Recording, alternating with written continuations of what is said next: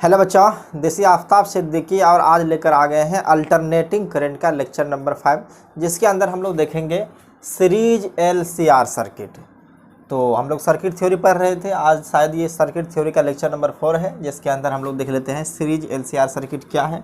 इससे पहले हम लोग अलग अलग सर्किट देखे थे, LR सर्किट देखे थे, CR सर्किट देखे थे, और इंडिविजुअल लेकर दिखाया जाए तो इंडक्टर को और कैपेसिटर और रेसिस्टर तीनों को अलग अलग भी देख चुके थे जब AC सोर्स से कनेक्ट किए थे। तो आज तीनों का कॉम्बिनेशन देखने वाले हैं, वो भी सीरीज की तरह, क्योंकि पैरेलल अपने सिलेबस में है नहीं। तो यहाँ पे सीरीज कॉम्बिनेशन ऑफ या सीरीज LCR सर्किट है।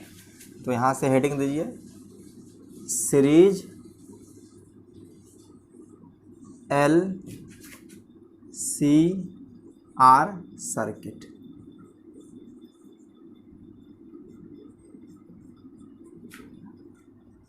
तो आज ये तीनों का कॉम्बिनेशन देखते हैं, क्योंकि इंडिविजुअली तो इसको पढ़ चुके हैं और दो का कॉम्बिनेशन भी देख चुके थे। और LC ऑसिलेशन जो है इसके 2 लेक्चर बाद आ जाएगा, क्योंकि नेक्स्ट लेक्चर इसके बाद जो होगा वो रेजोनेंस होगा, क्योंकि इसके अंदर 3 कंडीशन हम लोग देखेंगे। तो पहले देखते हैं कौन कौन सा कंडीशन आने वाला है। तो पहले हम लोग एक इंडक्टर लेंगे। तो इंडक्टर को आप जानते हैं किस तरह से दिखाते हैं। उसके बाद एक कैपेसिटर, C रिप्रेजेंट कर रहा है कैपेसिटर को, तो यहाँ से एक कैपेसिटर कनेक्ट करेंगे। और उसके बाद एक रेसिस्टर लेंगे यहाँ से। अब इन तीनों को हम AC सोर्स से कनेक्ट कर देंगे। इनको AC सोर्स को हम लोग इस तरह से रिप्रेजेंट करते हैं, ये AC सोर्स है। तो इंडक्टर को इंडक्टेंस होता है, इंडक्टर के अंदर इसका जो है सो है इंडक्टेंस को L से रिप्रेजेंट करते हैं, कैपेसिटर का कैपेसिटेंस को C से, और रेसिस्टर का रेसिस्टेंस को R से रिप्रेजेंट करते हैं। अब ये AC सोर्स है, तो AC सोर्स से क्या नहीं पोटेंशियल अप्लाई करेगा। ये क्या होता है, टर्मिनल जो दिखा रहे हैं ये क्या है कि AC सोर्स है और AC सोर्स से एक पोटेंशियल डिफरेंस क्रिएट होगा। पोटेंशियल डिफरेंस की वजह से यहाँ पे एक करंट फ्लो होगा, ये पोटेंशियल जनरेट कर रहा है। पोटेंशियल जनरेट होने की वजह से इसका टर्मिनल तो हम जानते हैं कि लगातार बदलते रहती है, लेकिन किसी इंस्टेंट पे इनसे जो करंट निकला है वो करंट को मान लेते हैं I, और I का इक्वेशन ले लेते हैं generally I = I0 sin omega t है। मान लीजिए कि यहाँ पे कुछ पोटेंशियल डिफरेंस क्रिएट किए थे या पोटेंशियल अप्लाई किए हैं, तो ये पोटेंशियल क्या होगा इसको हम लोग को निकालना है, क्योंकि किताबों में पहले यही दिया जाता है, उसके वजह से ये निकालता है। क्योंकि इनसे हम लोग को यहाँ तक पहुँचना थोड़ा कॉम्प्लिकेटेड केस हो जाता है। लेकिन अगर करंट दिया हुआ है तो आप जानते हैं कि जो सीरीज सर्किट होते हैं या सीरीज कॉम्बिनेशन, सबके एक्रॉस करंट सेम होगा। अगर करंट सेम है तो इनके एक्रॉस पोटेंशियल डिफरेंस से क्या है कि अभी तीनों सर्किट है, ये इंडक्टर, कैपेसिटर और रेसिस्टर है। तो जैसे ये करंट इससे पास करेगा तो इनके ऊपर एक के पोटेंशियल डिफरेंस क्रिएट होगा। तो पोटेंशियल डिफरेंस मान के चलिए इंड्यूस होगा या क्रिएट होगा, इसको हम कर सकते हैं। इसे इंडक्टर के क्रॉस अगर पोटेंशियल डिफरेंस जो क्रिएट होगा उसको VL से रिप्रेजेंट कर देते हैं, और कैपेसिटर के क्रॉस जो होगा उसको VC से रिप्रेजेंट कर देते हैं, पोटेंशियल अक्रॉस कैपेसिटर। उसी तरह से पोटेंशियल अक्रॉस रेसिस्टर को हम लोग VR से रिप्रेजेंट कर देते हैं। अब यही पोटेंशियल डिस्ट्रीब्यूट होकर के VL, VC और VR में कन्वर्ट हुआ है, लेकिन ये जनरली हम लोग इसको देखते हैं कि ये सब फेजर क्वांटिटी तरह बिहेव करता है। तो हम लोग सिंपली इसको ऐड करके इसे नहीं कर सकते, क्योंकि वेक्टर मेथड से हम लोग को करना पड़ता है। तो यहाँ से आपको करंट का इक्वेशन दिया हुआ है, तो करंट का इक्वेशन दिया रहता है, तो उसकी वजह से हम लोग VL, VC और VR को कई बार लिख चुके हैं और अभी भी लिखने वाले हैं।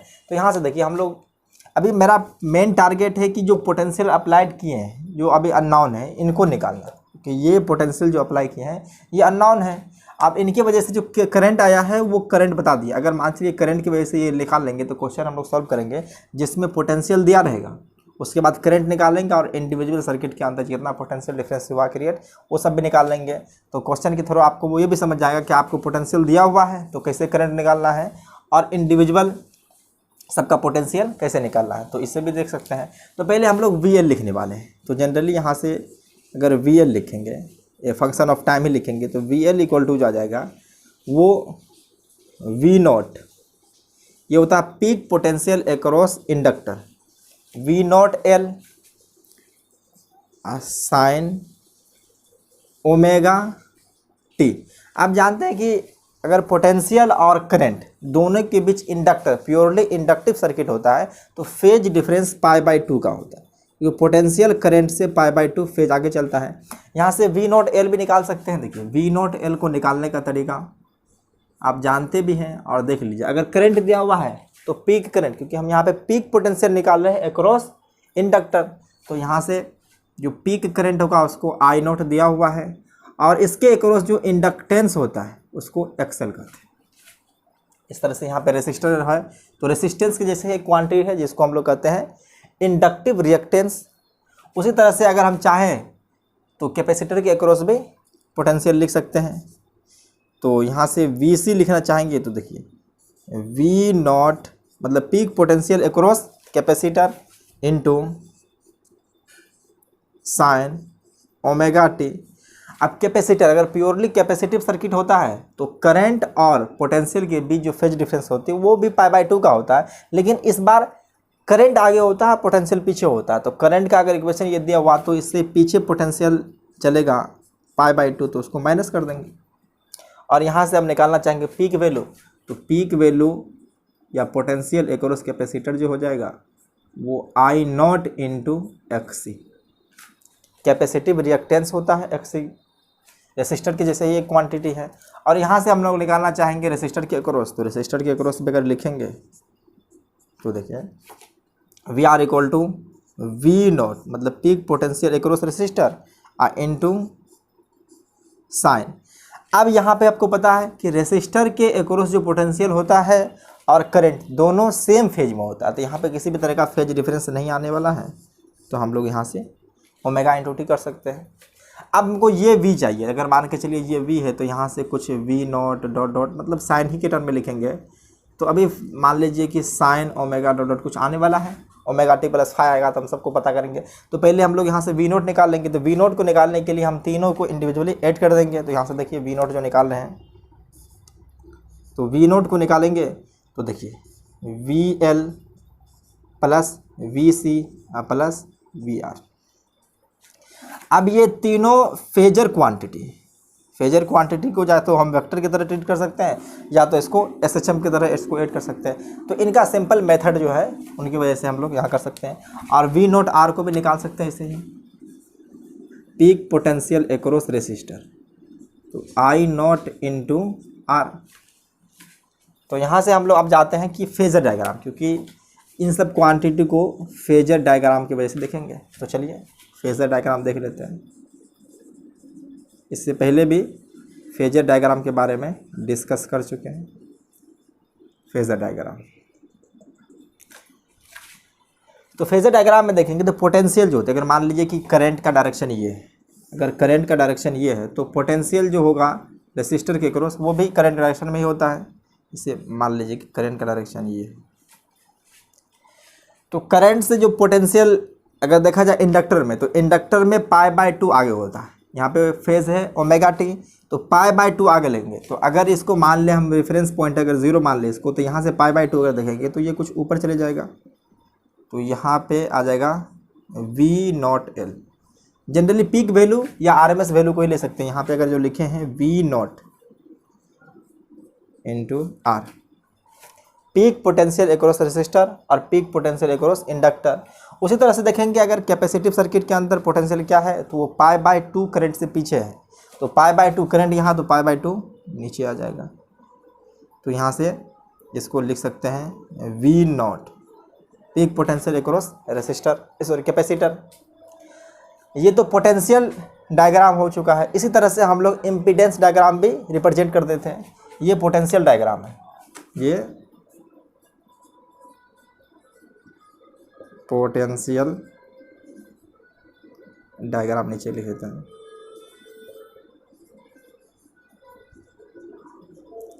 इसी तरह से हम लोग इम्पीडेंस डायग्राम भी देख सकते हैं। तो इम्पीडेंस, तो जनरली अगर पोटेंशियल अक्रॉस देखा जाए तो पोटेंशियल जगह देखेंगे तो यहाँ पे V नॉट R है, तो I नॉट इंटू R है, तो I नॉट तो सब में कॉमन ही है, तो उसको हटा करके हम लोग डायरेक्ट इस तरह से कर सकते हैं। इस तरफ रेसिस्टेंस आ जाएगा और ऊपर जो आ जाएगा वो XL, जैसे V not L I not into XL है, और उसी तरह से नीचे जो आ जाएगा वो XC। और ये इम्पीडेंस डायग्राम, इसको हम लोग इम्पीडेंस डायग्राम कहेंगे। ये जो है इम्पीडेंस डायग्राम है। तो फेजर डायग्राम हम लोग दो तरह से ट्रीट करते हैं, एक पोटेंशियल डायग्राम से और एक इम्पीडेंस डायग्राम से। तो अब हम लोगों को निकालना है वी नोट। तो वी नोट निकालने के लिए अब फैक्टर मेथड मिल चुका है, तो हम लोग 3 कंडीशन डिस्कस करेंगे। एक कंडीशन देखेंगे वी नोट जब ग्रेटर होगा वी नोट सी से, तो उस समय देखेंगे इन दोनों का फेज डिफरेंस कितना 180 है, क्योंकि अगर देखा जाए तो ये π/2 आगे है और ये π/2 पीछे है, तो इन दोनों के बीच का फेज डिफरेंस 180 है। हमेशा कैपेसिटिव सर्किट और इंडक्टिव सर्किट के बीच पोटेंशियल फेज डिफरेंस जो होती है वो पाई का डिफरेंस होता है। तो यहाँ से हम लोग 3 केस डिस्कस करेंगे। तो अभी तो आप देख लिए बेसिक किस तरह से आए। पीक वैल्यू कैसे निकालना है पता चल गया कि I नोट इंटू एक्सएल से V nought into I nought XC से, उसी तरह V nought R equal to I nought into R से। तो पीक वैल्यू तो सबका आपको पता चल चुका है। अब हमको निकालना है ये वी नोट है, तो ये तो जनरली मान के चलिए वी एल वी सी और वी आर कर दिए है। तो आप इनका हम लोग पीक वैल्यू पहले निकालते हैं, उसके बाद जो है सो आगे बढ़ते हैं। तो तब तक इसको पॉज करके लिख लिए। तो चलिए हम इसको थोड़ा मिटा रहे हैं और यहाँ से हम लोग केस अलग अलग 3 केस लेंगे। दिया जाए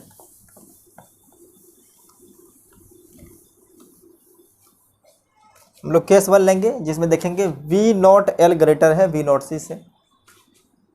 तो केस 1 जब वी एल ग्रेटर वी सी, या ऐसे भी कह सकते हैं एक्सएल ग्रेटर एक्सी है, एक्सएल ग्रेटर एक्सी, ये पहला कंडीशन है। अब इस कंडीशन में हम इम्पीडेंस डायग्राम देखेंगे, सॉरी ये इसको पोटेंशियल डायग्राम देखेंगे। तो यहाँ से जो आने वाला है वो इस तरह से आ जाएगा।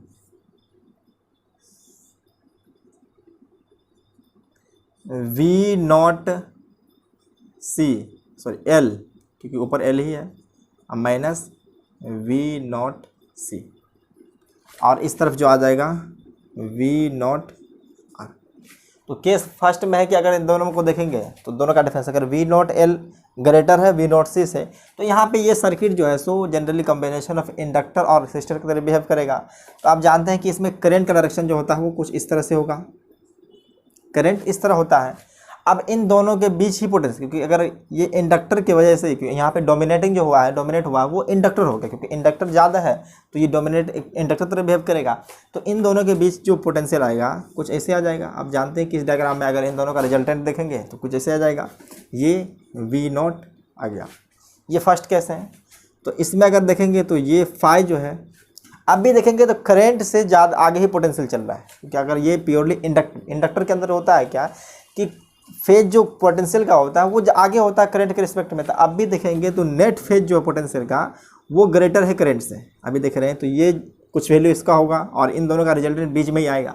तो यहाँ से अगर हम लोग चाहें तो वी नोट का वैल्यू निकाल सकते हैं। अगर आप देख रहे हैं कि ये दोनों क्या है, अगर इसको उठा करके हम यहाँ फिट कर दें, अगर इनको उठा करके हम यहाँ फिट कर देंगे तो आपको दिख रहा है कि एक राइट एंगल ट्रायंगल बनेगा, ये दोनों राइट एंगल ट्रायंगल बनेगा। या तो आप देख लीजिए ये दोनों राइट एंगल ट्रायंगल है, तो इन दोनों का जो रिजल्टेंट रहेगा बीच में ही आएगा। तो हम लोग यहाँ से वी नॉट सी का स्क्वायर लिख सकते हैं, या V nought square equal to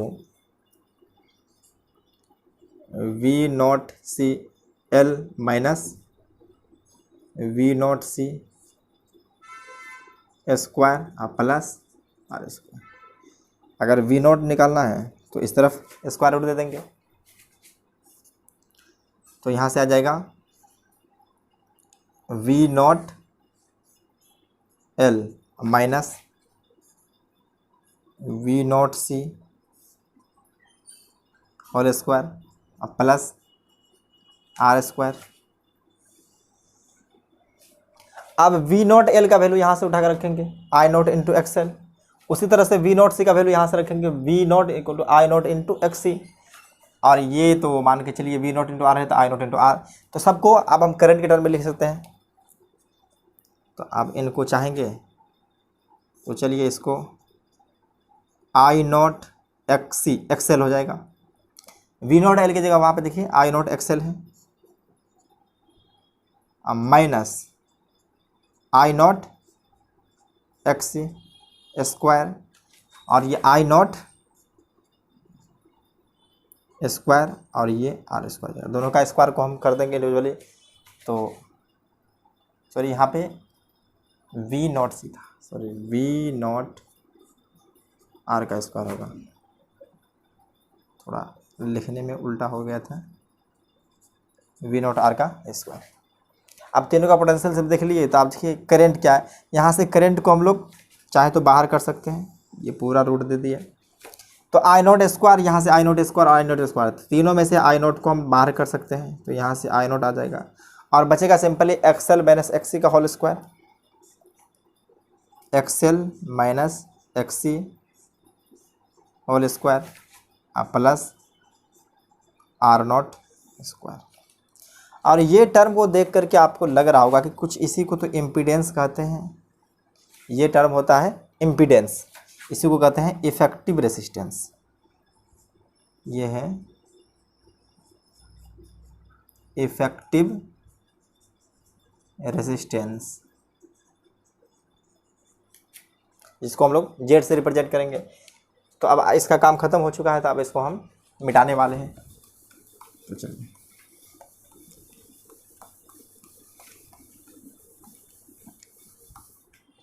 तो अब यहाँ से आगे बढ़ते हैं।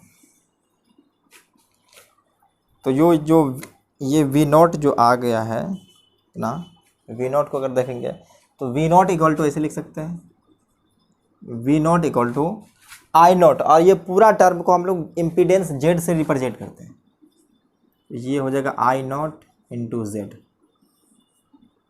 तो आपको वी नॉट का वैल्यू मिल चुका है, अब हमको चाहिए फाई के लिए, तो फाई के लिए काम करेंगे। तो यहाँ पे जेड जो होता है इम्पीडेंस होता है, जेड जो होता है वो इम्पीडेंस। अब यहाँ से अगर हम जेड दूसरा तरीका से भी निकालना चाहेंगे, तो देखिए यहाँ से हम लोग जो इम्पीडेंस डायग्राम देखे थे, तो इम्पीडेंस डायग्राम भी इसी तरह से रिप्रेजेंट कर सकते हैं, सेम ऐसे ही। तो इम्पीडेंस डायग्राम में जब करेंगे तो कुछ इस तरह से आ जाएगा, इस तरफ रेसिस्टर आ जाएगा, और यहाँ पे डोमिनेट जो किया है वो इंडक्टर के तौर पे आता है, एक्सएल ग्रेटर है एक्सी से, तो एक्सएल माइनस एक्सी इस तरफ आ जाएगा, एक्सएल माइनस एक्सी यहाँ से आ जाएगा, और नेट रिजल्टेंट जो दोनों के बीच का होगा कुछ ऐसे ही होगा, इसको हम लोग जेड यही है, और इनके बीच का एंगल जो होती है वो फाई है। तो यहाँ से अगर हम जेड देखेंगे तो जेड के लिए सिंपल फॉर्मूला यहाँ से देखिए, ये फिर राइट एंगल ट्रायंगल हो चुका है, तो Z equal to under root XL minus XC whole square plus R square. Z को डायरेक्ट यहाँ से निकाल लेंगे। अब ये एंगल चाहिए तो हम यहाँ से देखिए, इसको उठा करके यहाँ पे रख देते हैं, अगर इसको उठा करके यहाँ फिट कर दें तो ये आ जाएगा एक्सएल माइनस एक्सी। तो यहाँ से आपको दिख रहा होगा कि राइट एंगल ट्रायंगल, तो tan फाई यहाँ से निकाल सकते हैं। अगर tan फाई निकालना चाहेंगे तो देखिए tan फाई निकालेंगे तो XL minus XC divide by R, divide by base यही आ जाएगा, तो आर। तो tan फाई का भी वैल्यू पता चल चुका है और जेड का भी वैल्यू पता चल चुका था, यानी कि आपको दोनों चीज़ पता चली, जेड भी वी नॉट भी पता चल गया और फाई का वैल्यू भी पता चल चुका है। तो यहाँ से हम लोग पोटेंशियल अगर लिखना चाहेंगे तो पोटेंशियल को अगर लिखेंगे कुछ इस तरह से आ जाएगा, V equal to V nought, जो अननोन पोटेंशियल था जिसके लिए हम काम कर रहे थे, तो यहाँ से आ जाएगा V not sine omega T. अभी भी देखेंगे तो ये पोटेंशियल करंट से आगे चल रहा है, तो ये फाई आ जाएगा, ये सब पता हो चुका है। अब देखिए यहाँ से फाई का भी वैल्यू मिल चुका है और वी नॉट का वैल्यू भी मिल चुका है। तो अगर देखेंगे इस कंडीशन में, जब केस फर्स्ट जो हम लोग डिस्कस किए जहाँ पे V L greater than V C है, तो अभी भी पोटेंशियल करंट से लेग कर रहा है, पोटेंशियल जो है करंट से लीड कर रहा है, सॉरी पोटेंशियल आगे चल रही है और करंट पीछे चल रहा है। तो यहाँ पे लिख सकते हैं है यार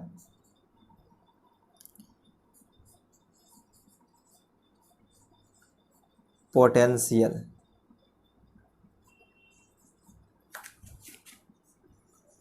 लीड्स करंट, या I potential lead I bye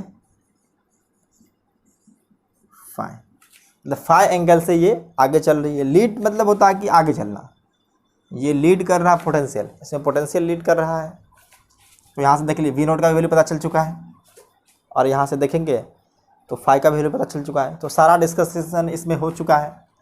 तो इंडिविजुअली पहले हम लोग क्या किए थे, तो पहले जो हम लोग किए थे वो इंडिविजुअल सबका पोटेंशियल लिख लिए। पोटेंशियल लिखने के बाद रिजल्टेंट निकालने के बाद जो हम लोग को वी नोट मिल चुका है, और यहाँ से फाई चाहे तो इससे भी निकाल सकते हैं और चाहे तो इससे भी निकाल सकते हैं। अगर यहाँ से भी 10 फाई अगर करना चाहेंगे तो यहाँ से भी 10 फाई कर सकते हैं, ज़रूरी नहीं है कि वहाँ से भी करें, यहाँ से भी निकाल सकते हैं। तो 10 phi equal to V not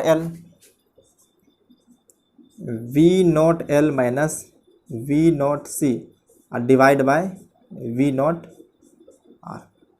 यहाँ से चाहेंगे तो यहाँ से भी आप निकाल सकते हैं। और इम्पीडेंस ट्रायंगल जब भी करते हैं तो ये पीक वैल्यू के लिए किए हैं, तो वैसे आरएमएस के लिए भी कर सकते हैं, लेकिन इंस्टेंटेनियस वैल्यू के लिए कर नहीं सकते, उसमें फेज का डिफरेंस आ जाता है।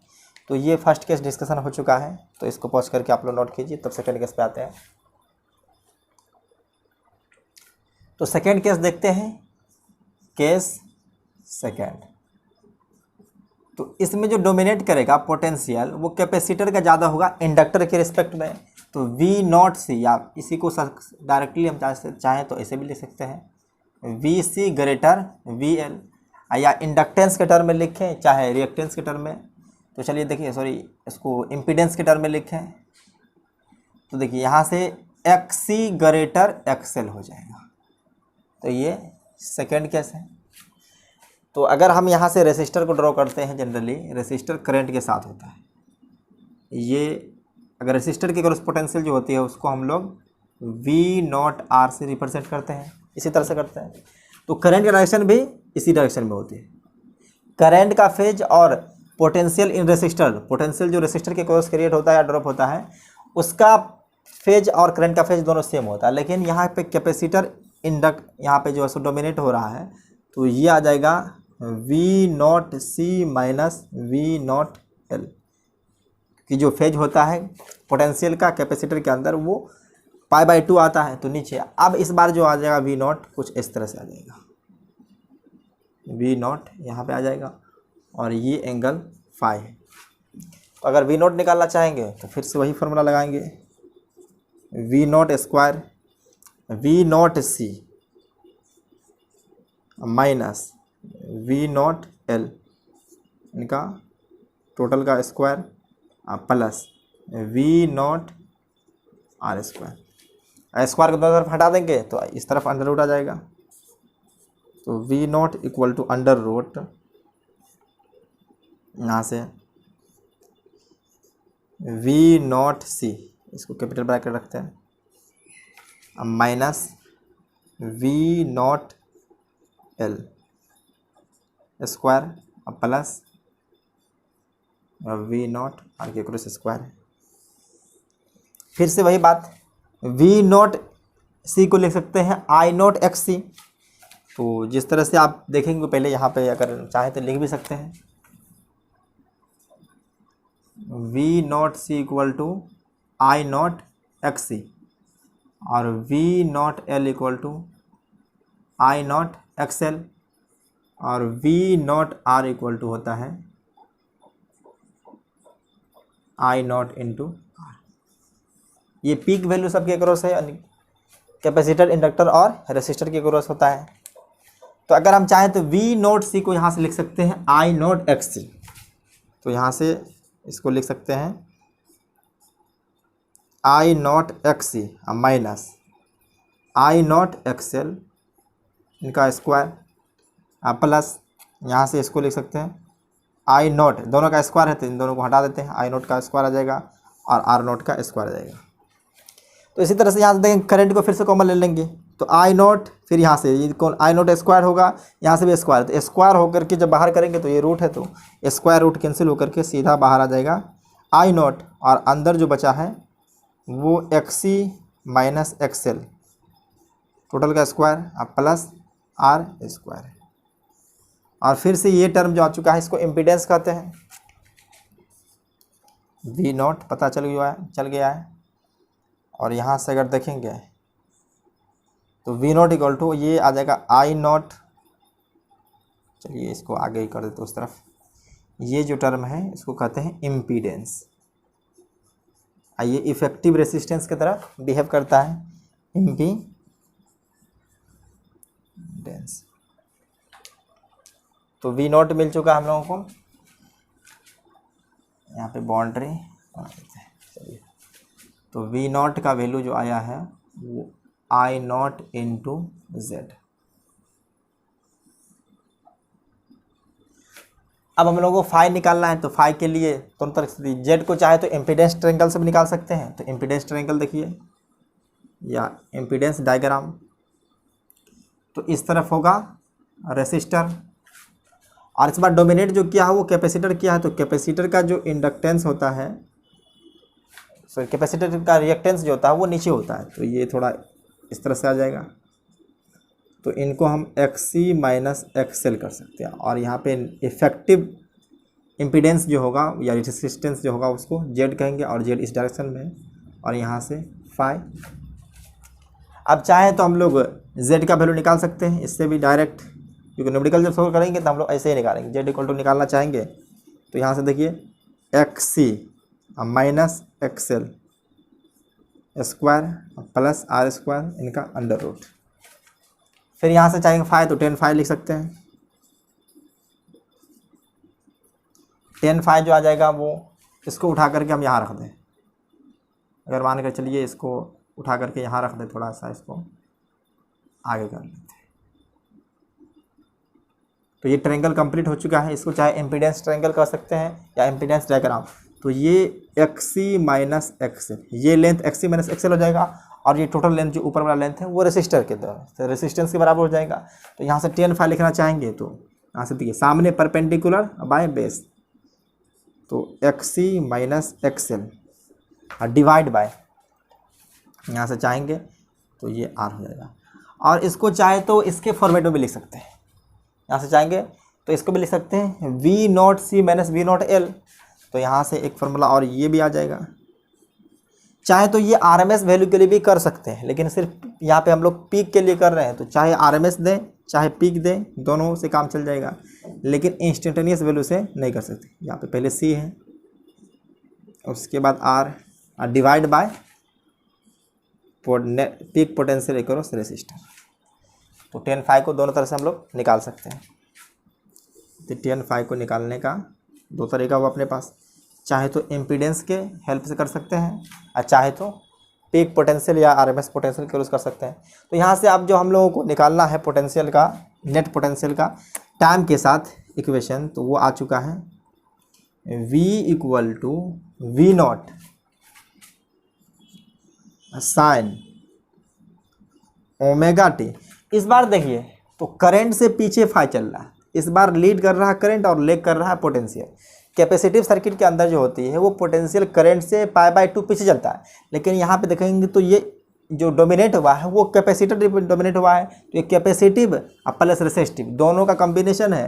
तो कैपेसिटिव के अकॉर्डिंग π/2 पीछे पोटेंशियल होना चाहिए और रेसिस्टिव के अकॉर्डिंग पोटेंशियल करंट के साथ होना चाहिए। तो इन दोनों के बीच का जो कॉम्बिनेशन आता है ना π/2 पीछे चलता है और ना उसके साथ चलता है, उन दोनों के बीच में आता वैल्यू कुछ ये जो वैल्यू होगा वो π/2 और 0 के बीच में होगा, लेकिन ये पोटेंशियल इस बार पीछे चलेगा। करंट आगे चल रही है, पोटेंशियल पीछे चलेगा। तो यहाँ पे हम लोग माइनस फाई कर सकते हैं।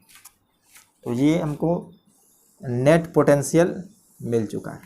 तो इस बार जो लीड कर रहा है वो करंट कर रहा है, यहाँ पे पोटेंशियल लेग कर रहा है। तो यहाँ पे लिख सकते हैं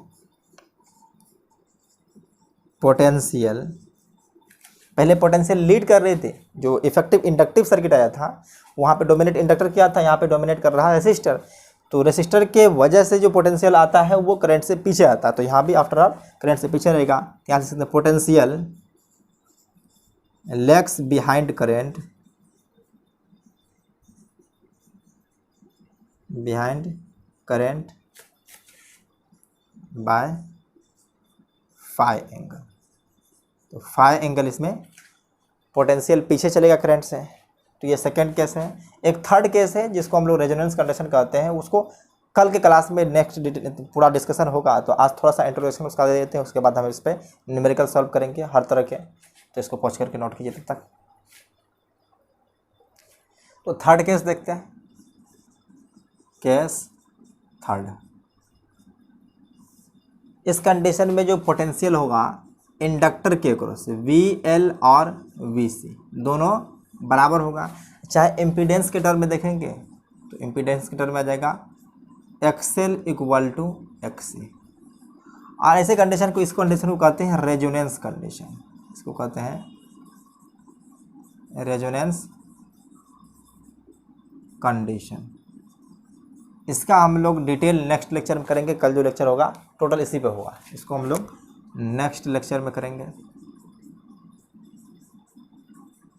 अभी हम लोग दो तरह के जो सर्किट पर हैं, मतलब ये जो प्योर इंडक्टिव की तरह जो इफेक्ट जो डोमिनेट हुआ था इंडक्टिव और कैपेसिटिव, उसके ऊपर क्वेश्चन करेंगे। तो इसके अंदर अगर देखेंगे बेसिक बात, तो यहाँ पे करंट का डायरेक्शन जो इस तरफ होगा और पोटेंशियल जो होती है रेसिस्टर के क्रॉस वो इस तरफ हो जाएगा, V0R, और करंट डायरेक्शन इस तरफ है।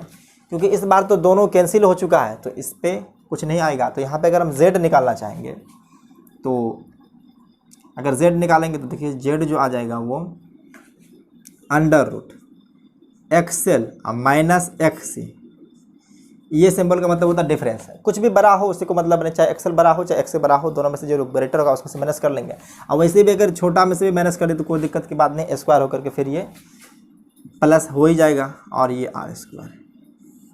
तो यहाँ से आपको Z अगर निकालना चाह रहे हैं तो देखिए Z जो आ रहा है तो ये टर्म तो जीरो ही है, ये टर्म जीरो है, तो Z सिंपली R के बराबर हो चुका है।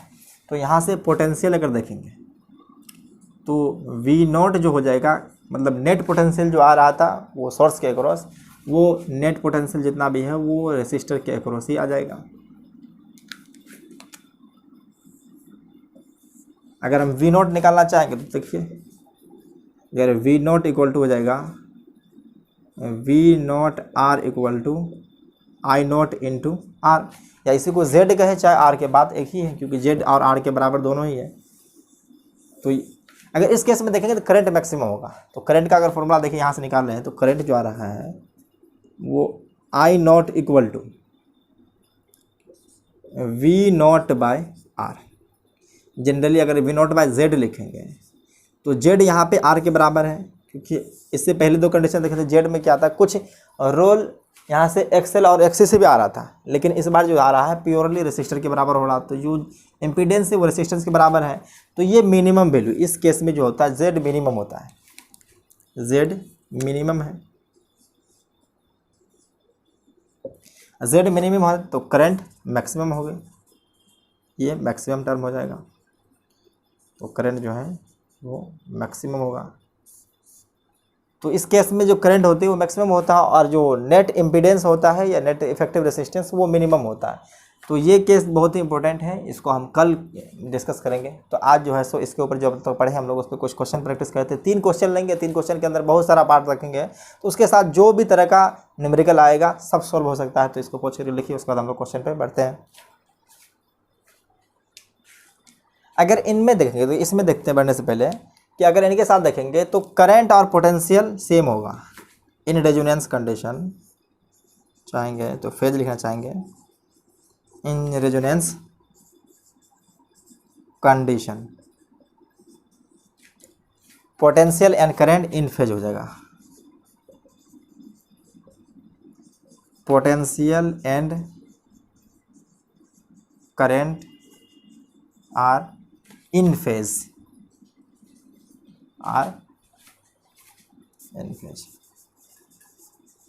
मतलब करंट जब मैक्सिमम होगा तो पोटेंशियल मैक्सिमम होगा, करंट जब मिनिमम तो पोटेंशियल भी मिनिमम हो जाएगा।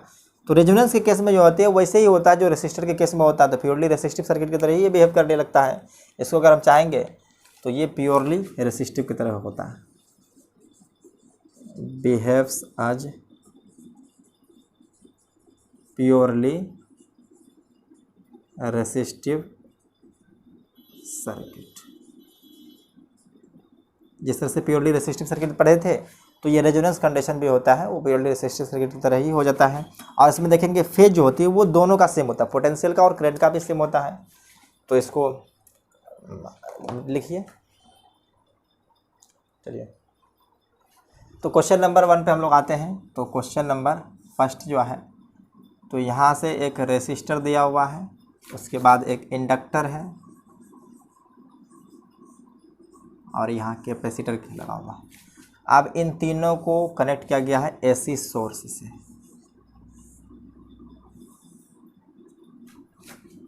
ये AC सोर्स कनेक्ट कर दिया है। यहाँ से इसका वैल्यू देखेंगे तो ये जो R दिया हुआ है वो दिया हुआ है 3 ओम, और L का वैल्यू जो दिया हुआ है 0.16 हेनरी, 0.16 हेनरी, और C का वैल्यू दिया हुआ है 500 माइक्रोफराड, 500 माइक्रोफराड दिया हुआ है। और करंट जो इससे निकली है वो दिया हुआ 10 साइन और 100t, ये करंट का एक्सप्रेशन है। यहाँ से कैलकुलेट कर रहा है, करने के लिए कैलकुलेट नंबर 1 में XL, XC, Z और 5, तो यहाँ से निकाल सकते हैं। इसके लिए क्या हो जाएगा, नेट रिएक्टेंस वो XL हो जाएगा और XC इसलिए XC, और नेट इम्पीडेंस होगा Z, और 5 तो जानते हैं फेज डिफरेंस दोनों के बीच आएगा। तो यहाँ से हमको निकालना है, मान के चलिए तो सेकेंड जो अगर आ जाएंगे तो सेकेंड हम लोगों को निकालना है। चलिए इन सब के अकॉर्डिंग को पीक पोटेंशियल निकालना है। तो चलिए V0 इंटू, पहले R कर लेते हैं, पीक पोटेंशियल एक्रॉस इंडक्टर, और तीसरा पीक पोटेंशियल एक्रॉस कैपेसिटर। तीसरा केस में लेते हैं, अब लेते हैं फंक्शन ऑफ टाइम के साथ। तो यहाँ से निकालना है VR as a function of time, VL as a function of time, जैसे करंट टाइम के साथ दिया हुआ है उसी तरह सबका निकालना है, और VC as a function of time. और तीसरा देखना है, चौथा, इसमें सब तरह के क्वेश्चन को हम लोग कवर कर लिए हैं। तो यहाँ से V0, VRMS और V as a function of time. अगर चाहें तो पांचवा भी लिख सकते हैं, पावर फैक्टर एंड पावर, क्योंकि लास्ट क्लास में देखे थे हम लोग पावर फैक्टर और पावर के बारे में डिस्कस कर चुके हैं। पावर फैक्टर एंड पावर, यहाँ पे पावर के बारे में कुछ नहीं कहा गया, तो हम लोग एवरेज पावर ही कैलकुलेट करेंगे। तो चलिए पहला क्वेश्चन है तो इसको हम ही सॉल्व करते हैं, उसके बाद सेकंड क्वेश्चन आएगा तो आप लोग पहुँच करके ट्राई कीजिएगा। तो चलिए पहला बात हम लोगों को निकालना है XC। अगर फर्स्ट क्वेश्चन में आ जाएंगे तो पहले XL निकालना है। तो XL के लिए फॉर्मूला जानते हैं कि ओमेगा इंटू L होता है। यहाँ से ओमेगा ही पता है, ओमेगा जो होता है साइन के साथ जो होता है साइन ओमेगा t, तो ओमेगा 100 है, तो यहाँ से ओमेगा आ जाएगा 100 इंटू L का वैल्यू दिया हुआ है 0.16, तो L यहाँ से 0.16, तो इसका वैल्यू अगर देखेंगे तो 16 ओम आ चुका है। जो XC है इसका आ गया है 60 ओम। सो XL, अब उसी तरह से XC निकालना है, तो XC निकालेंगे तो XC के लिए आ जाएगा 1/C ओमेगा, 1/C ओमेगा। तो अब यहाँ से देखिए C का वैल्यू दिया हुआ है 500 माइक्रोफराड, माइक्रो को 10 का पावर -6 लिख सकते हैं, और उसके बाद जो ओमेगा वैल्यू दिया हुआ है वो 100 है, ये 100 है।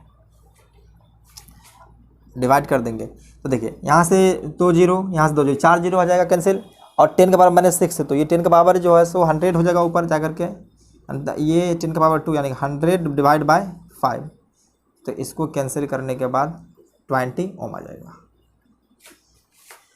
उसके बाद यहीं से Z निकाल लेते हैं। तो XC जो आ चुका है वो 20 ओम, चाहे तो यहाँ लिख सकते हैं। अब Z निकालना है, तो Z निकालेंगे तो देखिए कौन सा केस आ रहा है, XL ग्रेटर XC है, यहाँ पे XC ग्रेटर XL है, तो ये केस जो आ रहा है XC ग्रेटर XL है।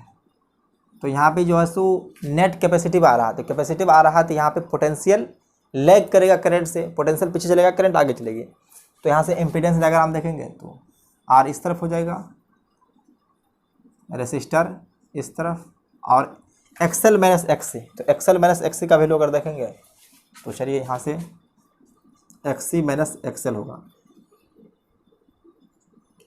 और इनके बीच में Z, और ये एंगल फाई आ जाएगा। तो चलिए हम लोग को Z निकालना है, तो Z इक्वल टू निकालना चाहेंगे तो Z equal to under root XL square, तो XL x minus C X C या माइनस एक्सएल का स्क्वायर, तो यहाँ पे एक्स सी का वैल्यू दिया हुआ है 20 और एक्सएल का वैल्यू दिया हुआ है 16, तो दोनों का स्क्वायर माइनस करेंगे तो 4 आ जाएगा, 4 स्क्वायर प्लस आर का वैल्यू देखिए 3 ओम दिया हुआ है, यहाँ से 3 स्क्वायर अगर करेंगे अंदर रूट तो ये 16 प्लस 9 तो ये 25 आ जाएगा, और जेड का वैल्यू देखेंगे तो यहाँ से 5 ओम आ चुका है, जेड का वैल्यू 5 ओम, तो यहाँ से जेड भी मिल चुका है 5 ओम।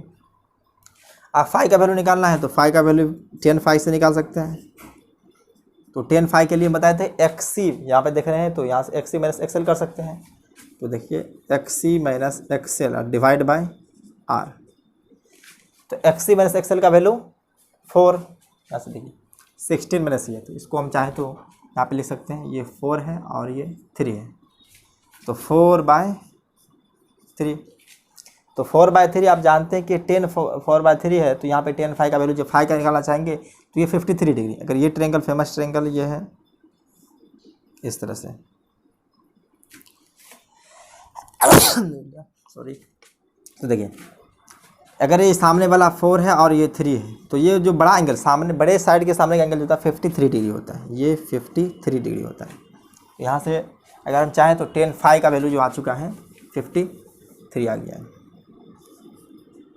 फाई का वैल्यू 53 डिग्री देख ली। उसके बाद हम लोगों को निकालना है वी नॉट आर, तो आप चलिए इसके लिए भी यहाँ पे कर ही देते हैं, ये तीनों आ जाएगा नीचे एडजस्ट हो जाएगा, तो ये सेकंड के लिए है वी नॉट आर, तो वी नॉट ये आर के कुछ निकालना है तो ये हो जाएगा आई नॉट इंटू आर, तो पहले हम लोगों को आई नॉट का वैल्यू दे दिया हुआ है, आई नॉट इंटू आर कर सकते हैं, तो आई नॉट का वैल्यू देखिए यहाँ पे दिया हुआ 10, यही होता है I equal to I naught sine omega T, तो आई नॉट इंटू आर है, तो आई नॉट का वैल्यू 10 इंटू आर दिया हुआ 3, तो ये हो जाएगा 30 वोल्ट, यहाँ से आ चुका है ये 30 वोल्ट। उसके बाद वी नॉट एल निकालना चाहेंगे, अगर वी नॉट एल निकालना है I not into XL, XL का वैल्यू 16 और आई नॉट का वैल्यू 10 है, तो यहाँ से जो आ जाएगा 160 वोल्ट, देखिए वी नॉट एल भी आ चुका है 160 वोल्ट, और वी नॉट सी निकाल लेते हैं यहाँ से, V not C I not into X C, तो I not into X C, तो आई नॉट का वैल्यू 10 और एक्स का वैल्यू देखिए 20 दिया हुआ है, तो यहाँ पे लिखे हुए हैं 20, तो ये आ जाएगा 200 वोल्ट। अब तीनों का वैल्यू देख लिया है, अब हम लोग को निकालना है वी आर टी और जो वी एल टी, मतलब सबका पोटेंशियल को रेजिस्टर टाइम के साथ, इंडक्टर के अंदर पोटेंशियल टाइम के साथ और कैपेसिटर के अंदर टाइम के साथ निकालना है, तो इन सब के लिए हम लोग इसको मिटा करके लिखते हैं, तो इसको एक बार पॉज करके लिखिए आप लोग, कर लिया, चलिए आप इसको आगे बढ़ते हैं।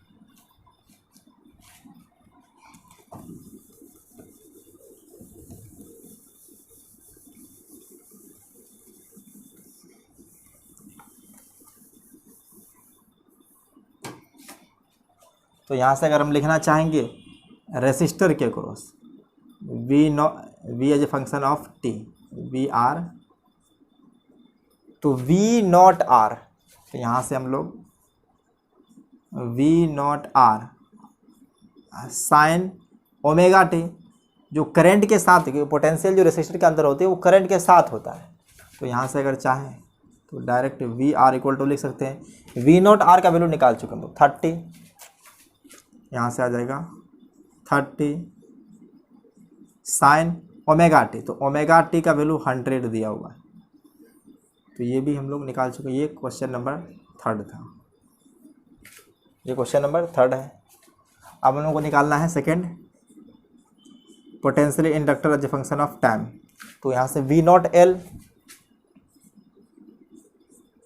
साइन ओमेगा टी प्लस π/2, क्योंकि इसमें इंडक्टर के अंदर जो होते हैं करंट से पोटेंशियल आगे चलता है, अगर पोटेंशियल आगे चलता है तो π/2 फेज आगे होते ही है, तो यहाँ से अगर चाहेंगे तो ये भी ले सकते हैं V L equal to V not L का वैल्यू निकाल चुके हैं 160,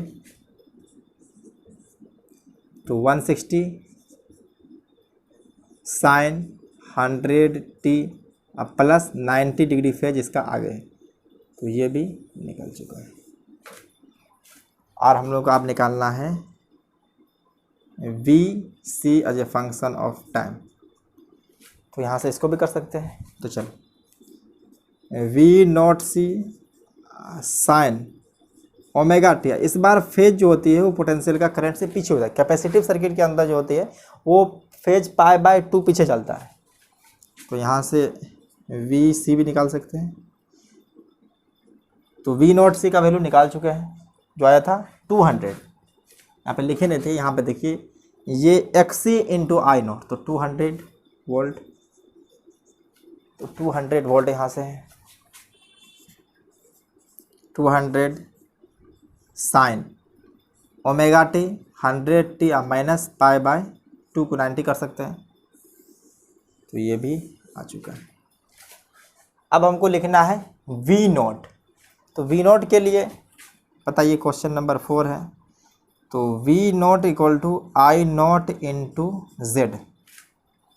तो आई नॉट का वैल्यू यहाँ से पता हुआ और जेड का वैल्यू हम लोग निकाल चुके 5।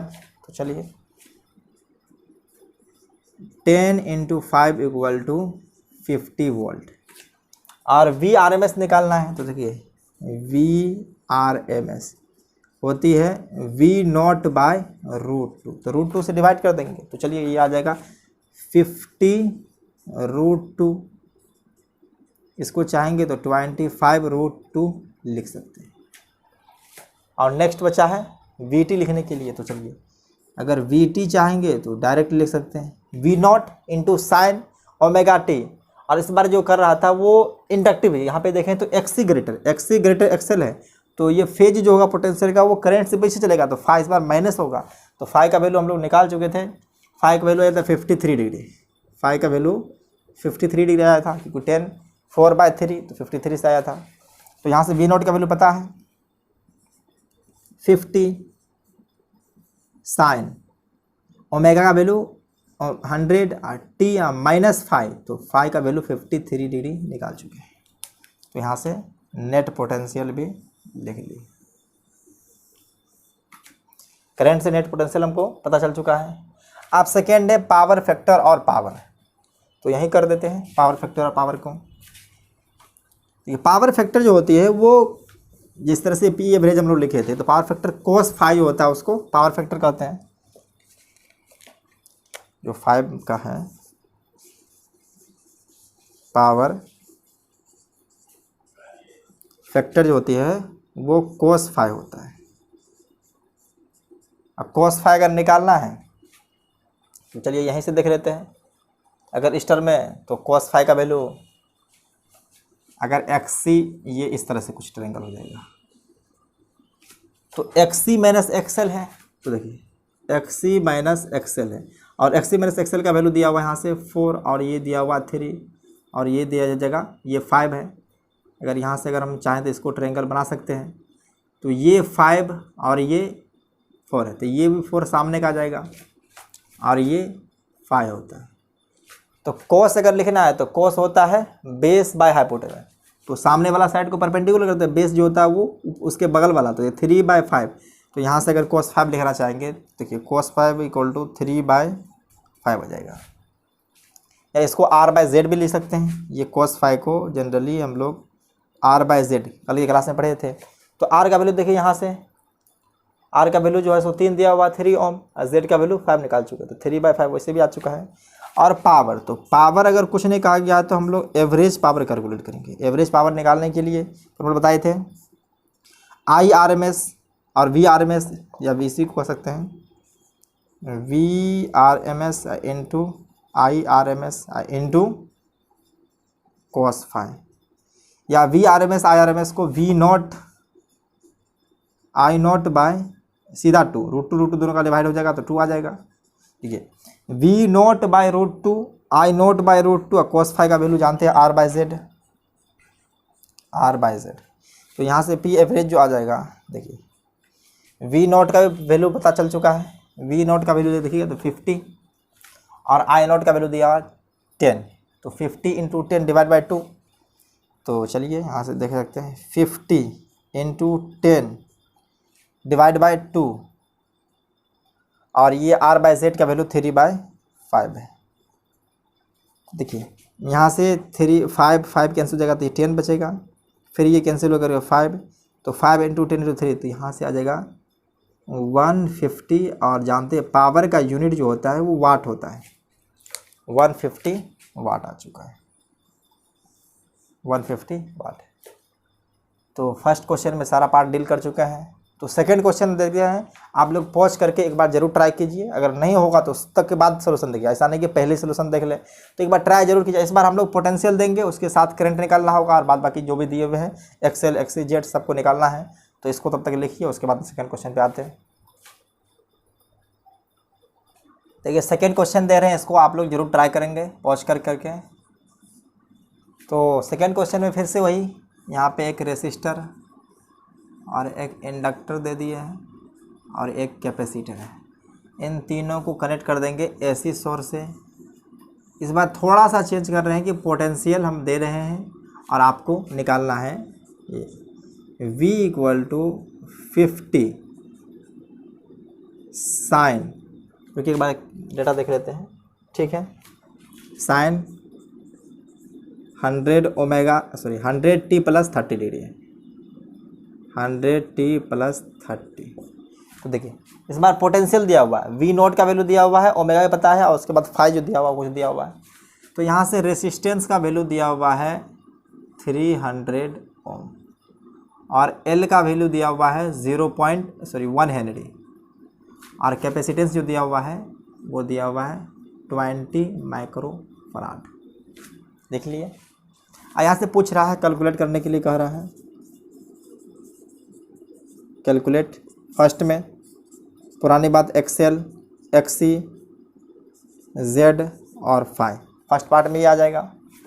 सेकेंड पार्ट में देख लिए, इस बार क्या गायब है, करंट गायब है। तो यहाँ से पहला आपको निकालना है I0 का वैल्यू, IRMS टाइम पास, अगर I0 पता तो IRMS निकाल ही सकते हैं। और तीसरा है I as a function of time, अगर उसके बाद निकालना चाहे थर्ड में तो चलिए V0 R निकाल सकते हैं, V0 C निकाल सकते हैं, और V0 L भी निकाल सकते हैं। उसके बाद अगर फोर्थ में देखेंगे थोड़ा स्टैंडर्ड टाइप का, तो चलिए इस सबको टाइम के साथ निकाल लीजिए। VR as a function of time, VC as a function of time, और VL as a function of time. उसके बाद क्या बचा, लास्ट अगर देखें तो वही time pass, power loss and power factor and power loss कर सकते हैं, पावर फैक्टर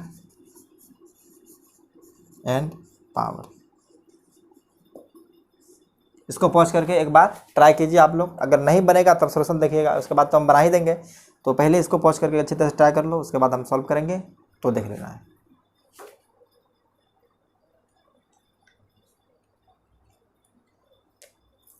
कर लिया? तो चलो अब हम इसको कर रहे हैं। तो पहले हम लोगों को काम वहीं से करना है, एक्सेल से। तो एक्सेल निकालने के लिए फर्स्ट पार्ट को सॉल्व कर रहे हैं। तो एक्सेल = ओमेगा × L होता है, ये फॉर्मूला कई बार आ चुका है, ओमेगा × L। ओमेगा यहाँ पे दिया रहता है और L यहाँ दिया हुआ है। तो ओमेगा वैल्यू दिया हुआ है 100 इंटू L दिया हुआ है 1, तो ये 100 ओम। तो x का वैल्यू जो आ चुका है यहाँ से एक्सेल, वो 100 ओम आ चुका है। और XC निकालना है, सेकेंड पार्ट XC। तो XC निकालने के लिए 1/C ओमेगा, तो C का वैल्यू यहाँ दिया हुआ 20 माइक्रोफराड, तो लिख सकते हैं 20 × 10⁻⁻6, और ओमेगा का वैल्यू दिया हुआ है 100 और डिवाइड बाय 1 में, तो 1 डिवाइड बाय जाएगा। देखिए यहाँ से 3 जीरो कैंसिल हो जाएगा, 1 जीरो और 2 जीरो, 3 जीरो, तो बचेगा ऊपर में 10 का पावर 3, तो 10 का पावर 3 1000, तो इसको 1000 और डिवाइड बाय 2, तो ये 500 ओम आ चुका है। यहाँ से हम चाहें तो XC को लिख सकते हैं 500 ओम। चलिए यहाँ पे लिख सकते हैं, चलिए इसी को हटा करके थोड़ा सा ऊपर कर देते हैं। जैसे L का वैल्यू दिया हुआ था 1 हेनरी और C का वैल्यू दिया हुआ है 20 माइक्रोफराड। तो उसी तरह से यहाँ से एक्सेल जो आ गया है वो आ गया था एक्सेल 100 ये सब ओम में, और यहाँ से एक्सी आ गया है 500 एक्सी 500 ओम। जेड निकालना है, तो इस बार भी अगर देखेंगे तो कौन सा केस बन रहा है, तो एक्सी ग्रेटर एक्सेल वाला केस बन रहा है, एक्सी ग्रेटर एक्सेल। ये सेकेंड कंडीशन ये सॉल्व किए थे। तो डोमिनेट कर रहा है कैपेसिटिव सर्किट, यहाँ पे कैपेसिटिव सर्किट जो है वो डोमिनेट कर रहा है। तो यहाँ से इम्पीडेंस डायग्राम दिखाएंगे, तो करंट के साथ रेसिस्टेंस, तो ये आर का हो जाएगा, और नीचे जो आता है वो XC minus XL, XC minus XL. तो जेड कहीं ना कहीं इसके बीच में होगा, जेड ये, और इनके बीच का जो एंगल होता है उसको फाई करते हैं। यहाँ से जेड निकालने के लिए आराम से हम लोग सॉल्व कर सकते हैं। Z equal to under root XC minus XL square plus R square. तो एक्सी का वैल्यू देखिए 500, एक्सेल 100, तो यहाँ से 400 का स्क्वायर प्लस 300 का स्क्वायर। तो जेड हम चाहें तो डायरेक्ट लिख सकते हैं 500 ओम, ऐसे लिख सकते हैं। अब निकालना है फाई, तो फाई के लिए पुराना फॉर्मूला 10 फाई। तो एक्सी माइनस एक्सेल करेंगे, तो यहाँ से देखिए फिर से XC minus XL divide by R. XC minus XL 500 minus 100 400 divide by R का वैल्यू 300। तो फिर से कैंसिल को 4/3, तो फाई का वैल्यू आप देखेंगे तो फिर से 53 डिग्री ही आ रहा है। इससे पहले भी हम लोग सॉल्व किए हैं इसको। अब सेकेंड हम लोग निकालना है आई नॉट, तो सेकेंड पार्ट में आ जाते हैं। तो आई नॉट इक्वल टू होता है वी नॉट बाय जेड। जैसे वी नॉट इक्वल टू लिखते थे आई नॉट इंटू जेड, तो वी नॉट का वैल्यू यहाँ से दिया हुआ है, V naught 50 volt divide by Z निकाल चुके हम लोग 500। तो ये और ये कैंसिल होकर के अगर देखेंगे तो 1/10, तो इसको 0.1 एम्पियर लिख सकते हैं। करंट जो आ गया वो 0.1 एम्पियर, आई नॉट का वैल्यू 0.1 एम्पियर। अगर आई आर एम एस निकालना है तो आराम से आर एम एस में निकाल सकते हैं। तो यहीं कर देते हैं आई आर एम एस 0.1/√2, ये भी एम्पियर में ही आएगा। तो I R M S time pass था, वैसे आ गया ये। अब आई नॉट निकालना है, तो आई नॉट निकालना है तो आप देखिए पोटेंशियल यहाँ पे है। अगर देखेंगे तो पोटेंशियल जेड के साथ ही होता है, ऐसे निकालेंगे तो पोटेंशियल भी इस तरफ होता है, और करंट जो रेसिस्टर के साथ होता है। तो इस बार कौन लीड कर रहा है, करंट लीड कर रहा है, क्योंकि करंट का डायरेक्शन इस तरफ होता है नेट करंट का, और पोटेंशियल देखेंगे तो नेट पोटेंशियल डायरेक्शन इस तरफ होता है। तो लीड कर रहा करंट, तो इस बार करंट लिखेंगे तो फाई एंगल आगे बढ़ेगा, क्योंकि ये प्योरली कैपेसिटिव सर्किट की तरह बिहेव कर रहा है, यानी कि यहाँ पे डोमिनेट जो कर रहा है कैपेसिटर कर रहा है। तो कैपेसिटर के अंदर करंट आगे चलता है, पोटेंशियल पीछे। तो यहाँ से अगर हम करंट लिखना चाहेंगे तो आई नॉट, तो आई नॉट का वैल्यू हम लोग निकाल चुके हैं 0.1 sine omega T plus phi. तो ये इनिशियल फेज जिसका दिया हुआ है 100 टी प्लस 30, ये तो पहले दिया हुआ था, लेकिन ये 53 डिग्री आगे चलेगा पोटेंशियल से। तो करंट का भी एक्सप्रेशन आ चुका है, देख लीजिए इसको। तो हम लोग फर्स्ट सेकंड पार्ट कर लिए, थर्ड पार्ट पे आते हैं। तो इतना को नोट कीजिए, हम लोग थर्ड पार्ट पे आ जाते हैं। कर लिए तो चलिए। अगर यहाँ से हम देखेंगे तो एक्सी का वैल्यू निकाल सकें, जेड का वैल्यू आ चुका है 500, इसको भी लिख ही लेते हैं ज़रूरत। तो ये फाई का वैल्यू 53 है, तो चलिए इसको वो कर लेते हैं। और जेड का वैल्यू जो आ चुका है वो 500 ओम है। तो इसको मिटा करके आगे हम लोग बढ़ते हैं।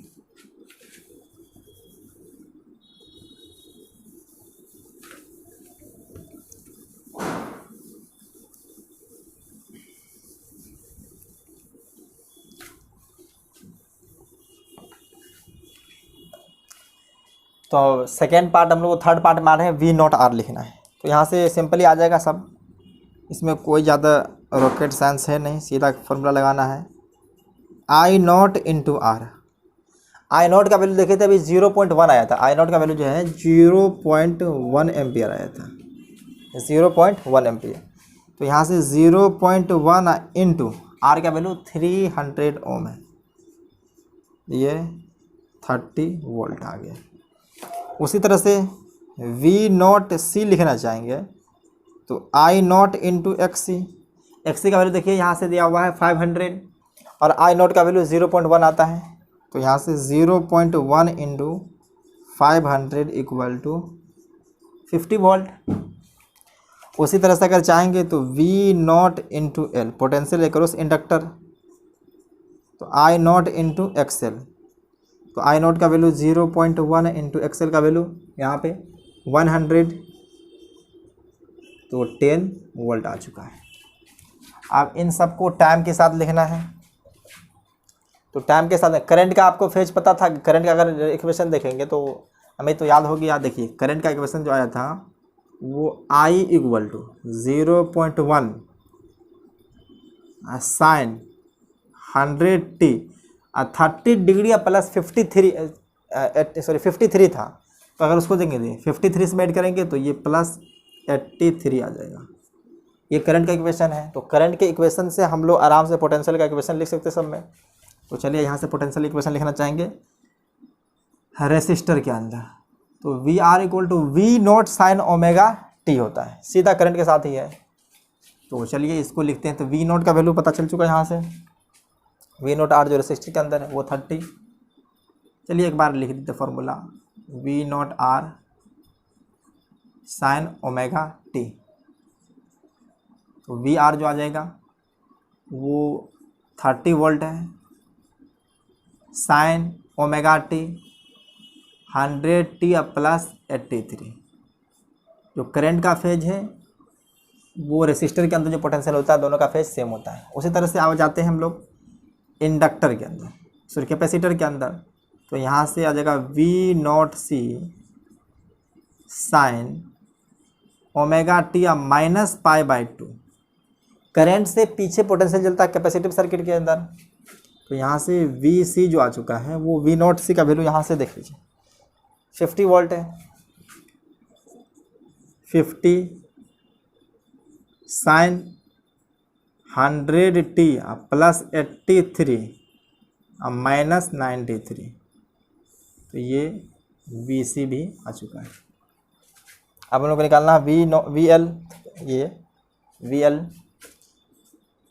तो यहाँ से formula V not L into sine omega T है। इस बार जो फेज होगा वो पाई बाई 2 आगे, omega T plus pi by 2 आगे है, तो वी नॉट एल, तो इसका वैल्यू यहाँ से 10 डिग्री 10 वोल्ट है, तो ये 10 वोल्ट आ जाएगा। और ये साइन ओमेगा टी, तो ये 100 ओमेगा, सॉरी 100 ओमेगा तो लिख दिए, ये 100 ओमेगा की जगह पे है 100t, यही नहीं सिर्फ प्लस 83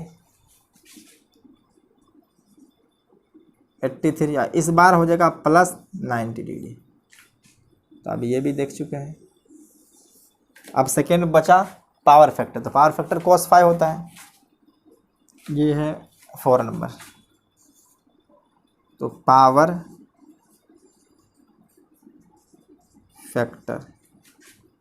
फैक्टर cos 5 होता है। तो यहाँ से cos 5 यानी कि cos 53 या cos 53 का वैल्यू होता है 4/5, सॉरी cos 53 3/5 होता है, 3/5, क्योंकि जितना एंगल बढ़ता है cos का वैल्यू घटती है। cos 37 के लिए 4/5 होता है। इसी तरह से अगर चाहेंगे तो पी एवरेज निकालना है, तो P average equal to I naught V naught by 2 into cos 5, सबका वैल्यू पता है। आई नॉट का वैल्यू यहाँ से 0.1 और वी नॉट का वैल्यू जो हम लोग निकाले थे वो इन सब का रिजल्टेंट आया था। अगर देखेंगे इसका तो ये, हाँ, तो इसका भी 50 वोल्ट ही आया था। अगर देखेंगे तो ये दोनों मिलकर करके वी नॉट का वैल्यू अगर आप चाहें तो पीछे उल्टा के देख सकते हैं 50 वोल्ट आया था। मुझे इतना याद है, यहाँ से भी अगर देखेंगे देखिए इसमें से इसको माइनस कर दिए 40 का स्क्वायर प्लस 30 का स्क्वायर फिर अंडर रूट तो ये 50 स्क्वायर आ जाएगा। तो यहाँ से अगर हम चाहें तो 2 को थोड़ा ऊपर लिख देते हैं और यहाँ से आई नॉट का वैल्यू 0.1 इंटू 50 और डिवाइड बाय √2 इंटू 3/5 है। तो ये पॉइंट और ये 0 ख़त्म हो जाएगा। अब ये 5/5 ख़त्म हो गया तो आप 3/2 इसको 1.5 वाट लिख सकते हैं। जो पावर होती है वो वाट में होती है, ये वाट लगा दिया इसका। तो ये सारा पार्ट सेकंड क्वेश्चन में सॉल्व हो चुका है। तो इसको पॉज करके अच्छी तरह से आप लोग नोट कीजिए और इसको कई बार प्रैक्टिस कीजिएगा तभी ये हो सकता है। ऐसा नहीं कि एक बार करने के बाद जो है सो आ जाए, इसको कई बार देखिए तब उसके बाद दिमाग में आ जाएगा किस तरह से हो रहा है। सिंपली कैलकुलेशन में थोड़ा सा मैथमेटिक्स का नॉलेज आपको चाहिए और उसके बाद कर सकते हैं। तो थर्ड क्वेश्चन देते हैं कि जो सबसे अलग क्वेश्चन है, तो उसको अगर आप चाहेंगे तो पॉज करके ट्राई जरूर कर सकते हैं। तो इसको तब तक नोट कीजिए। ये थर्ड क्वेश्चन दे रहे हैं, इसमें थोड़ा सा आप लोगों को दिमाग लगाना है, ज़रूर एक बार कोशिश करेंगे उसके बाद तो हम सॉल्व करेंगे ही। तो देखिए यहाँ पे दिया हुआ है एक रेसिस्टर है, उसके बाद ये एक इंडक्टर हुआ और उसके बाद एक कैपेसिटर है। इन सबको एक एसी सोर्स से कनेक्ट किया गया है और यहाँ से जो एसी सोर्स है इसका दिया हुआ है E = E0 साइन, थोड़ा सा इसका वैल्यू देख लेते हैं। ये दिया हुआ है 100 πt + 30 डिग्री, कुछ ऐसे दिया हुआ है। और रेसिस्टर का वैल्यू दिया हुआ है R = 4 ओम है, ये L है और ये C है, ये मतलब ये अननोन है। और यहाँ से एक इन्फॉर्मेशन दिया हुआ है, इसके अक्रॉस वोल्ट मीटर को कनेक्ट किया गया है, इसको V1 कह सकते हैं ये, और इसको जो कनेक्ट किया गया इसको V2 और इनको कनेक्ट किया गया है V3 से। यहाँ पे दिया हुआ है रीडिंग ऑफ वोल्ट मीटर, यहाँ पे दिया हुआ है रीडिंग ऑफ वोल्ट मीटर और V1 = दिया हुआ है 40 वोल्ट और V2 भी दिया हुआ है 40 वोल्ट और V3 दिया हुआ है वो 10 वोल्ट है। ये इन्फॉर्मेशन दिया हुआ है कि यहाँ पे तीनों सर्किट लगा हुआ है। सर्किट में जो इसका EMF का सोर्स है, पोटेंशियल का E0 sin omega sin 100 πt + 30 और रेसिस्टर का वैल्यू दिया हुआ है। यहाँ से पूछ रहा है फाइंड नंबर 1 में I0, उसके बाद IRMS, दूसरा पूछ रहा है ये E0 का वैल्यू E0 और थर्ड में पूछ रहा है L एंड C का वैल्यू। तो अगर आप चाहें तो इसको पॉज करके एक बार अपना दिमाग लगा सकते हैं, उसके बाद तो हम सॉल्व करेंगे ही। एक बार ज़रूर अपना कोशिश करें। देखिए एक हिंट दे देते हैं कि ये जो वोल्ट मीटर मेजर करता है वो आरएमएस वैल्यू को मेजर करता है, क्योंकि आप बताते हैं ये हीटिंग इफेक्ट ऑफ करंट पे चलता है। तो हीटिंग इफेक्ट ऑफ करंट पे जो बेसिस है, तो यहाँ पे करंट जो मेजर करती है या पोटेंशियल मेजर करती है वो आरएमएस वैल्यू को। तो यहाँ से अगर चाहें तो सॉल्व कर रहे हैं, लिख सकते हैं in AC volt meter and A metre major RMS value.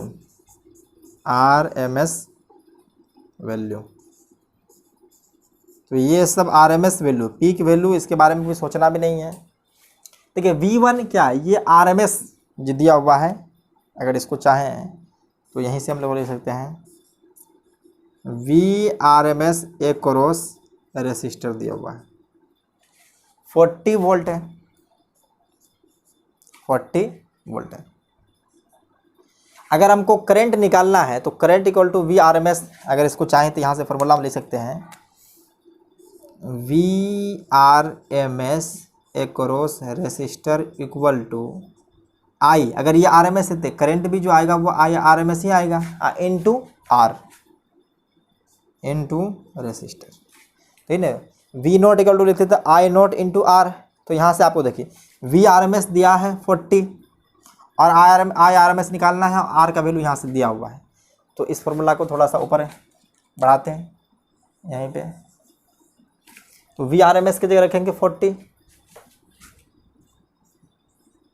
40 equal to I R M S यहाँ से आ जाएगा इंटू आर, तो आर का वैल्यू भी दिया हुआ है 4 ओम दिया हुआ है, देख रहे आर का वैल्यू 4 ओम दिया हुआ है, तो यहाँ से आर का वैल्यू 4 आ जाएगा। तो आई आर एम एस पता चल चुका है, इसको अगर डिवाइड करेंगे तो ये आ जाएगा 10 टाइम्स में, तो आई आर एम एस जो आ गया है वो 10 एम्पियर।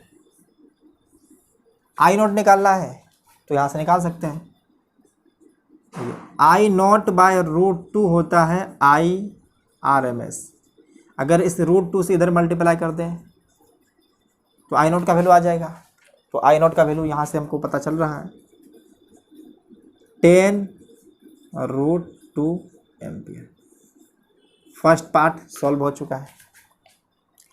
सेकेंड पार्ट में देखते हैं, तो सेकेंड पार्ट में निकालना है ई नोट। तो ई नोट के लिए हम लोग को जो फेजर डायग्राम पोटेंशियली करना पड़ेगा ड्रॉ, देखिए फेजर डायग्राम पोटेंशियली ड्रॉ करना पड़ेगा। तो यहाँ पे बड़ा कौन है, इसको वी एल है, ये इंडक्टर के क्रॉस पोटेंशियल है, आर एम एस वैल्यू है, ये सारा आर एम एस वैल्यू है, और ये कैपेसिटर के क्रॉस है।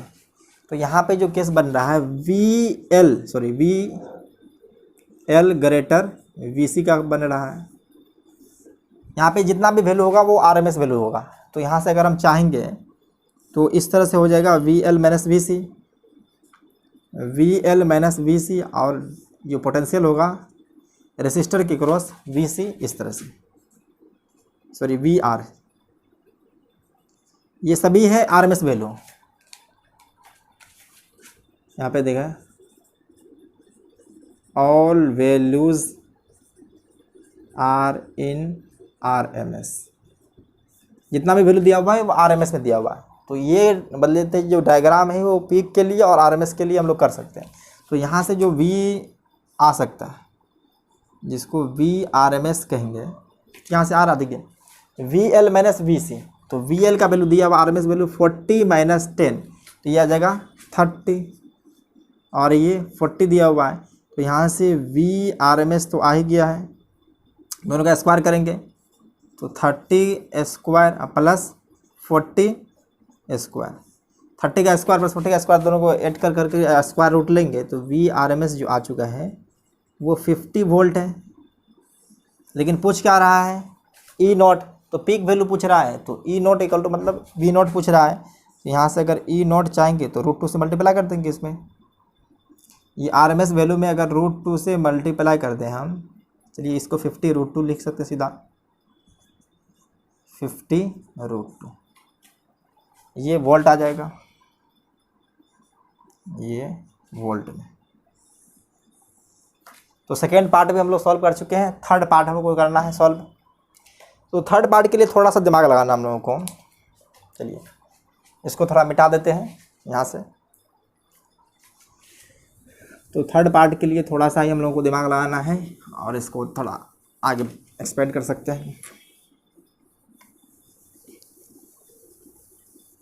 चलिए देखिए थर्ड पार्ट के लिए जो कर रहे हैं, एक्सेल का फॉर्मूला आप जानते हो ओमेगा इंटू एल होता है। अगर दोनों तरफ आरएमएस करंट मल्टीप्लाई कर दें, अगर हम आरएमएस करंट को मल्टीप्लाई कर देंगे I R M S into XL into I R M S into omega into L कर सकते हैं। तो I R M S into XL मतलब आई नॉट इंटू एक्सेल है, तो ये R M S potential across inductor आ जाएगा जो कि दिया हुआ है 40, जिसको हम लोग लिख सकते हैं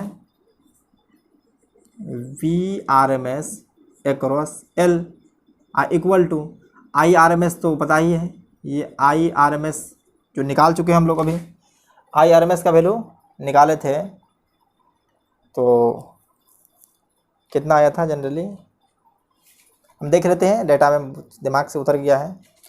हाँ, IRMS का वैल्यू आया था 10, IRMS का वैल्यू 10 आया था। तो यहाँ से अगर हम लोग चाहें तो IRMS का वैल्यू 10 एम्पियर लिख सकते हैं, यही आया था। देखिए कॉपी देखना है तो देख सकते हैं। इंटू ओमेगा इंटू एल है, ओमेगा इंटू एल, सबका वैल्यू भी पुट कर देंगे। ओमेगा भी पता है, RMS भी पता है, और VRMS भी तो दिया ही है। तो यहाँ से इसका वैल्यू रखेंगे 40, यहाँ से अगर चाहेंगे तो ये 40 इक्वल टू ये 10, और ओमेगा का वैल्यू यहाँ पे दिया हुआ है, देख रहे हैं 100 पाई इंटू एल। तो ये 10 10 कैंसिल हो जाएगा। यहाँ से अगर एल निकालना चाहें तो एल इक्वल टू 400 पाई, ये हेनरी में आ जाएगा। अगर इसको थोड़ा सॉल्व और करना चाहते हैं तो कर सकते हैं। इसको ये आ जाएगा 1/25 पाई हेनरी। तो एल का वैल्यू पता चल चुका है।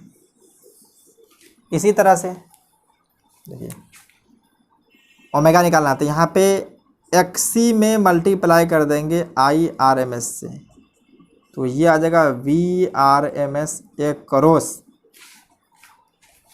कैपेसिटर। ये C लिख दिए हैं तो कैपेसिटर समझ लीजिए, ये कैपेसिटर हो जाएगा। तो ये टोटल, ये XC को ऐसे लिख सकते हैं 1/C into omega into IRMS को ऐसे ही रहने देते हैं IRMS, और ये VRMS का वैल्यू दिया हुआ है। कितना दिया हुआ है? 10 दिया हुआ है, तो इसको चाहे तो 10 लिख सकते हैं। और ये भी दिया हुआ है, IRMS का वैल्यू भी दिया हुआ है, वो भी 10 दिया हुआ है, ये भी 10 है। तो ये कैंसिल हो जाएगा, उधर चल जाएगा। तो यहाँ से अगर C का वैल्यू चाहेंगे तो 1/C, उधर C भेज देंगे तो C इक्वल टू 1/ओमेगा, और यहाँ से ओमेगा का वैल्यू दिया हुआ है 1/100 पाई। ये ओमेगा वैल्यू 1/100 पाई, ये फ्राड में आ जाएगा। तो C का वैल्यू भी आ चुका है 1/100 पाई फ्राड। कैपेसिटर का जो SI यूनिट होता है कैपेसिटेंस का, वो फ्राड में होता है। इंडक्टेंस का हेनरी में होता है, तो उसको H रिपोर्ट कर देते हैं, और रेसिस्टेंस जो होता है वो ओम में होता है। तो इतना को आप देख लिए हैं। तो बेसिक जितना बात था हम अपने तरफ से बता दिए हैं। आप लोग चाहें तो इसके ऊपर अच्छे से क्वेश्चन प्रैक्टिस कर सकते हैं। तो आज के लिए बस इतना ही। आप लोग पढ़ाई करते रहिए। Take care, bye bye.